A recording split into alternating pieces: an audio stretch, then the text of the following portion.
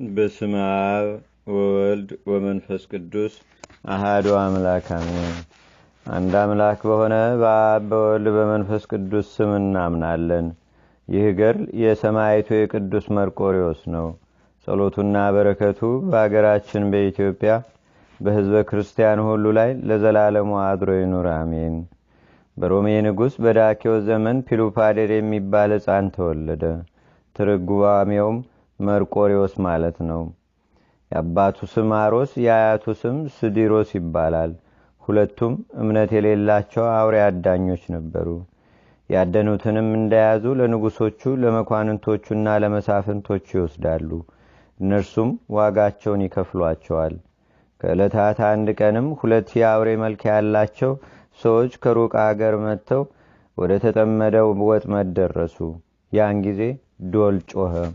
እነርሱም የራሳቸው ጸጉር እንደ ፈረስ ጭራ ረጃጅም፣ ጥርሶቻቸውም እንደ አንበሳ ጥርስ የሚሰባብሩ፣ ዓይኖቻቸው እንደ እሳት የሚገርፉ መልከ ጥፎዎች ሲሆኑ እጆቻቸውና እግሮቻቸው እንደ ብረት፣ ጭፍሮቻቸውም እንደ አንበሶች ጥፍር ነው። አሮስ የዶልን ድምፅ እንደሰማ አባቱን ቀሰቀሰውና የዶልን ድምፅ በሰማው ጊዜ ወዲያውኑ ተነሳሁ አለው። አባትና ልጅ በወጥመዱ ላይ ያለውን ለመያዝ ሰይፎቻቸውን መዘው እየሮጡ ሄዱ። እነዚህን የአውሬ መልክ ያላቸውን ሰዎች ባዩአቸውም ጊዜ ደንግጠው በግንባራቸው ተደፉ፣ እንደ በድንም ሆኑ።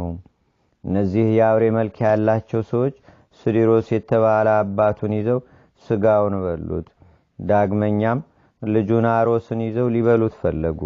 ነገር ግን እነዚህ የአውሬ መልክ ያላቸው ሰዎች ህርፎስና አርጋኒን ተዉት፣ አትብሉት፣ ከእርሱ ቅዱስ ይወለዳልና የሚል ቃል ከእግዚአብሔር ዘንድ ሰሙና ያን ጊዜ ተዉት።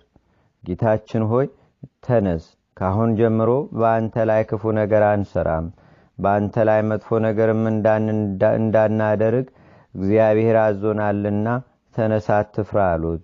ያን ጊዜ ተነስቶ ተቀመጠ። ባያቸውም ጊዜ ፈራ። እናንተን ማየት አልችልምና ፊታችሁን ሸፍናችሁ ከኔ ጋር ወደ ሀገሬ እንሂድ፣ በእናንተና በእኔ መካከል እግዚአብሔር ሰላምን አድርጓልና አላቸው። እነርሱም ከእርሱ ጋር ሄዱ። ከሀገሩ በደረሱ ጊዜም እስከሚመሽ ድረስ ከዚህ ተቀመጡ፣ የሀገሩ ሰዎች ባዩአችሁ ጊዜ ይገድሏችኋል አላቸው።